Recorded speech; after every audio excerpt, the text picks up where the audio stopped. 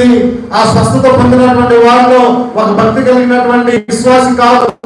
ఈ మాట ఎవరు చెప్పారయ్యా అంటే పాస్టర్ గారు దైవజనులు చెప్పిన మాట కాదు.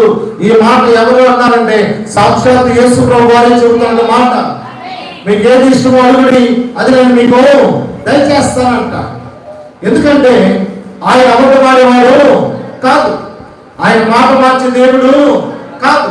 అబద్ధమాడిన వాడు, మాట మార్చిన వాడు, తెలియజేస్తున్న మాట, ప్రకటిస్తూ ఉన్నటువంటి మాట. మీకు ఏది ఇష్టమో అడుగుని, అది నేను మీకు దయచేస్తానంట.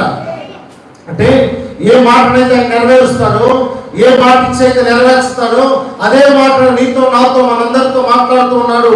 నీ అడుగు, నేను దాన్ని నీకు ఇస్తాను. నువ్వు అడగడం మాత్రమే కాదు, నీకు ఏది ఇష్టమో కూడా దానిని కూడా అడగమని లేఖనం ద్వారా మాట్లాడుతూ ఉన్నాను. ఆ రోజు ఆయన తన శిష్యులను పిలుచుకొని మీకు ఏది ఇష్టమో మీరు అడగండి, అది నేను మీకు ఇస్తాను.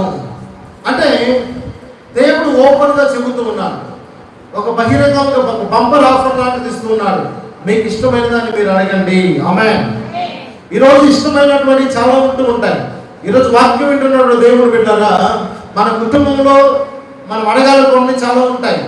మన వ్యక్తిగత జీవితంలో మనం అడగాలనుకున్నవి చాలా ఉంటాయి. మన పిల్లల జీవితంలో మనం అడగాలనుకున్న